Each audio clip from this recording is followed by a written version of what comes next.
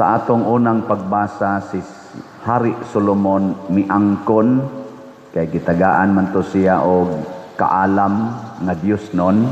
Miangkon siya nga dili gyud takos ang nindot kaing templo nga iyang gihimo, dako og ang nindot kaayo, dili gyud takos nga papuy-an sa Ginoo. Niangkon siya ba? Ingon siya, di man gani makaigo ang tibuok langit sa imong presensya, unsa na kaning gamayng templo nga ni aras kalibutan. Moto nga nihangyo siya nga bisan dili takos Ginoo,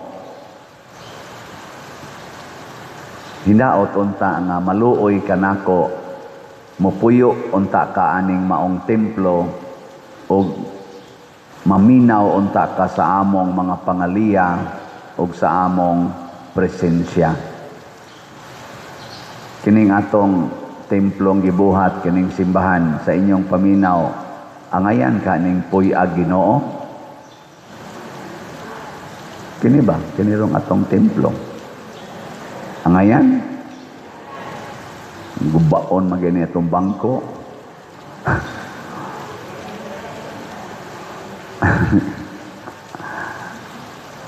Pero pag abot na ni Kristo mga igsoon, lahi na ang meaning sa templo.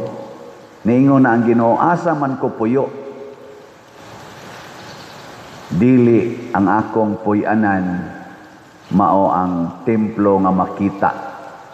Kaya ang akong puy-anan mao ang inyong kasing-kasing.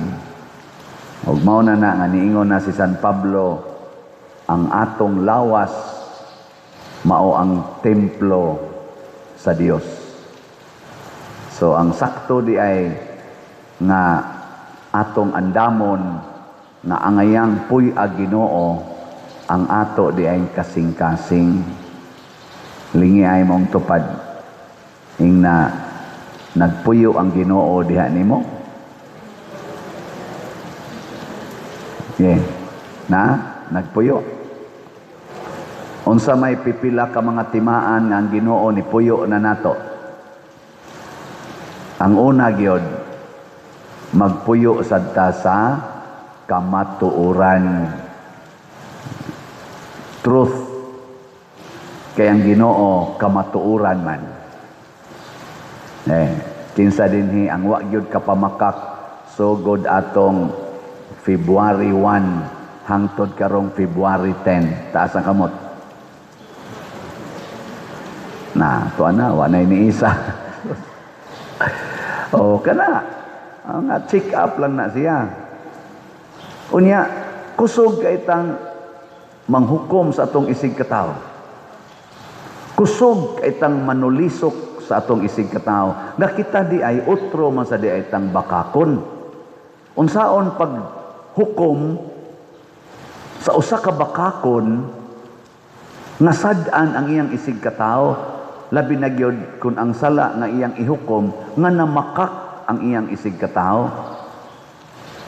Mo bitaw aning impeachment karon na ay usa ka congressman, di lang ko na ko isultingan kay naa mo na social media.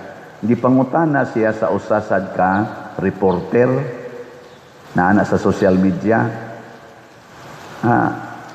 Your Honor, kamo may muhukom sa impeachment batok sa Vice Presidente tungod aning graft and corruption sa iyang confidential fund.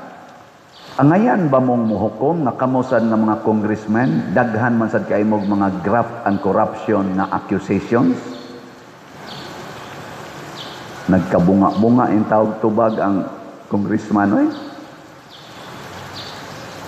Mo na ningon si Kristo, ang buta dili gyud makaagak sa laing buta kay mga huwag gyud sila sa kanal. Ang pagpamakak usa na siya ka pagkabuta. Ang bakak is darkness. Ang bana nga bakakon di gyud makapalambo sa iyang pamilya. Ang asawa sang bakakon, di sad kapalambo sa pamilya. Ang mga anak, matakdan sad nas kabakakon. Muna diri sa atong ebanghelyo, si Jesus nagsugo sa iyang mga apostoles nga mangaon, pero wa niya gisugo nga manghunaw gyud kamot sumala sa gisugo sa mga Pariseo o mga Hudiyo, kanang proper washing of hands before eating. Unsa may gibuhat sa mga Pariseo? Ni reklamo, ngano man ang imo mga tinun-an di man namang hunaw. Di ba kamo? Padan tingkaon ron labi nag budol-budol nga kaon kanang kinamot ba? Nya naay ni sagol nga wa gyud manghunaw. Ganahan pa mo mukaon? Utrosan mo mga Pariseo dai mo. Pudit pahunaw sa dito. Kana bitang anas inyong balay nya imong usas imong mga anak gikan panggaduwa glastiko dito silong nya igabot bitso dayog habhab amahapakan gyud eh. Ikaw ba wa panghunaw sa dito? Ana man tano. Ana. Adi mo ana. Ani sa ato pa gusto gitag limpyo. Limpyo kay di na to gustong sudlan og hugaw ang atong lawas. Pero para di ni Kristo ang pinakahugaw di ay kana di ay pagkahipokrito. Hipokrit. Kanang tigpakaaron ingnon. Mao ginay labing hugaw. Lingi ay mong tupad na tinuod ng imong naong. Ing na mao ginay imong naong. Wa na magpakaron ingnon. Daghan kay rong magpakaron ingnon kay daghan na kay tag mga technology labi na di social media tan-aw nimong naong hamis kaayo inig hatag las ilang picture pero inig ambot ay kita ninyo sa real nga naong daghan di kay mga tunok-tunok tan-aw nimo purti gyud ka taas ang ilong abot ay ninyo piyanga pa bukad pa ngano man kuan naman makraft naman diha sa social media. Nya karon sa daghan sa kay mga waxing sa naong kanang tabon-tabon sa naong ba, mga foundation ana, kuluran ang buhok, kiskisod ang kilay nya badlisa na lang, nya mga color-colors ngabil ngari pagpakaaron ingnon man na. Tabunan nimong kamatuoran. Ang mga laki dagko na kay dughan ana, ang mga babae sad yapis na sa kay dughan. Naama sa sila'y pamaagi, ana. Di ba? Pero pagpakaroon ingnon, po na.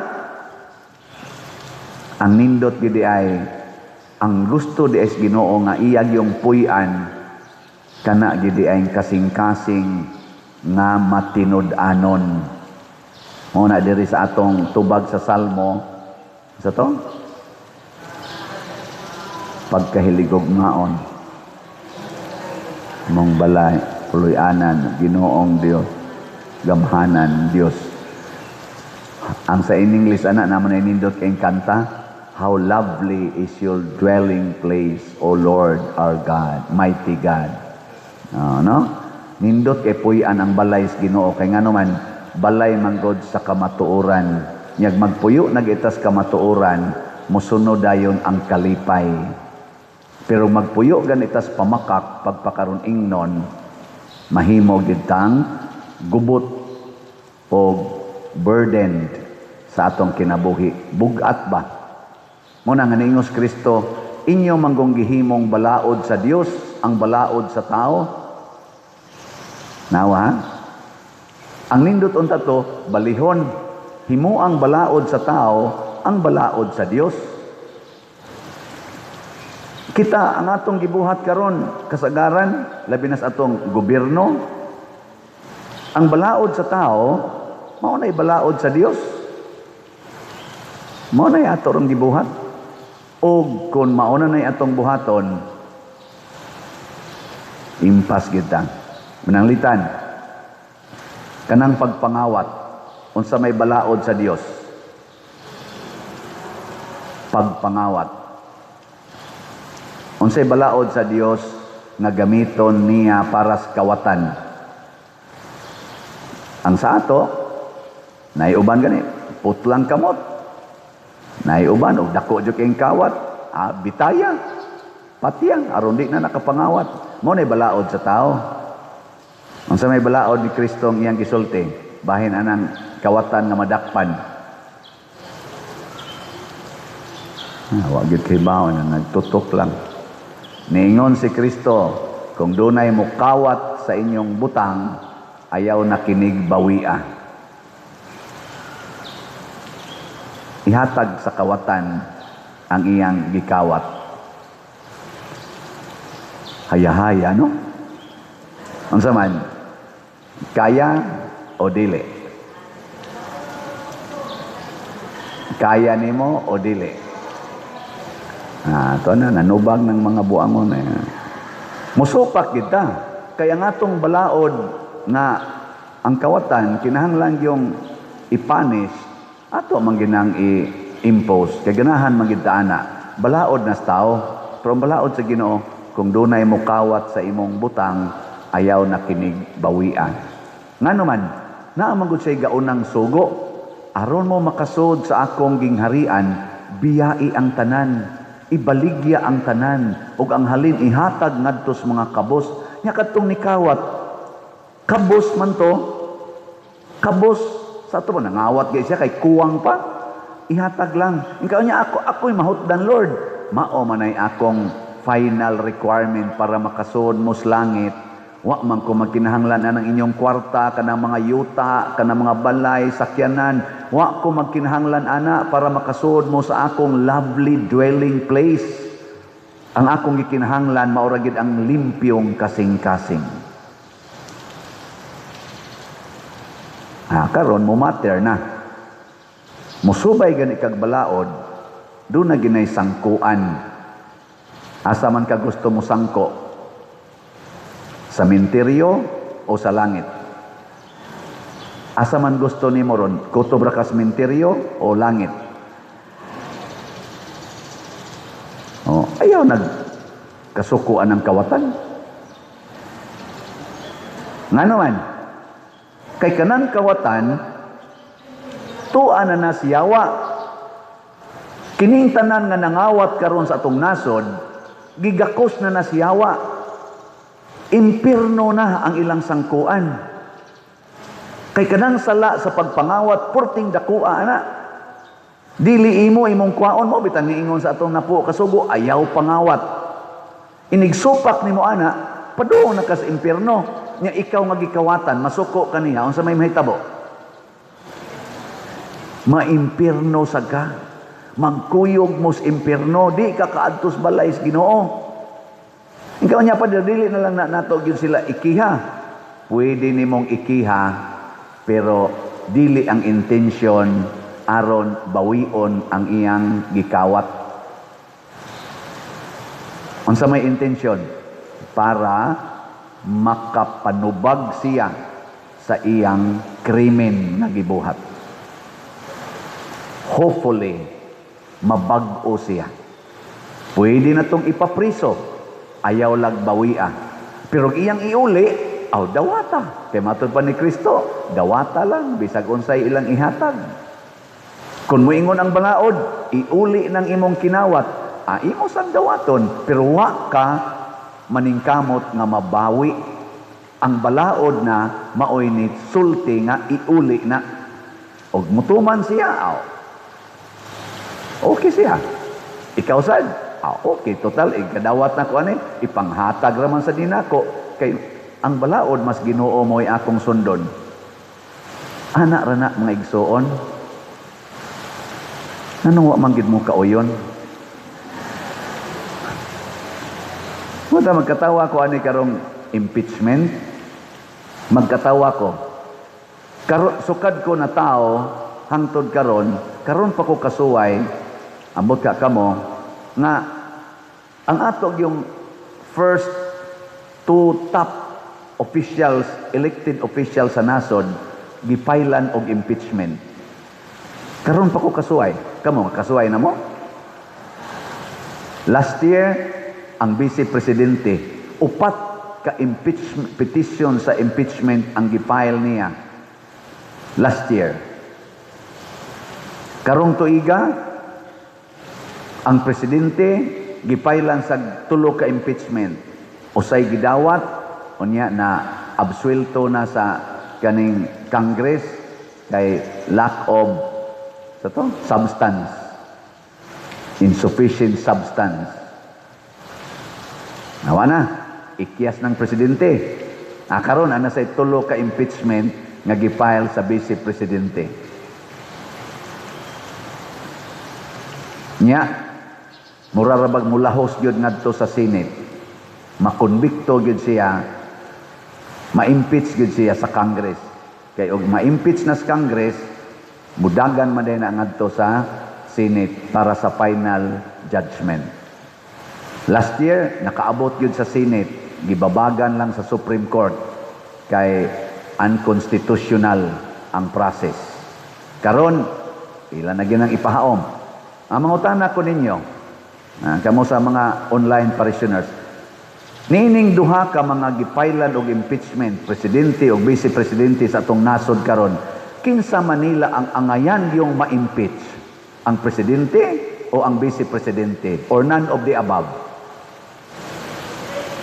Okay, piliin ninyo ang tulo. Inyong tubag, kinsay angayan na i-impeach?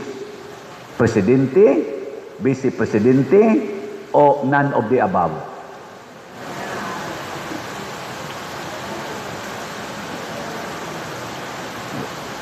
Kita na'y mag-igo. Ang grounds for impeachment sa atong 1987 Constitution, o wapa mo kay Bao, ato laning i-review, violation of the Constitution. Kanang supako nimo ang atong Philippine Constitution. Ikaduha, treason.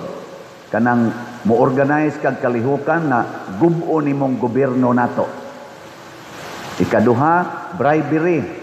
So, manghatag kag i-bribe nimo para makalusot ang imo mga illegal nga mga buhat. Ikaupat, muratog graft and corruption. Kana, famous kay na nato, graft and corruption.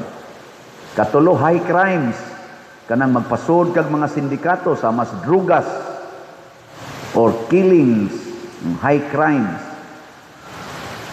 Munang ejiki, tingali. Nya, kaning gitawag og betrayal of public trust. Betrayal of public trust. Asa man na siya makita?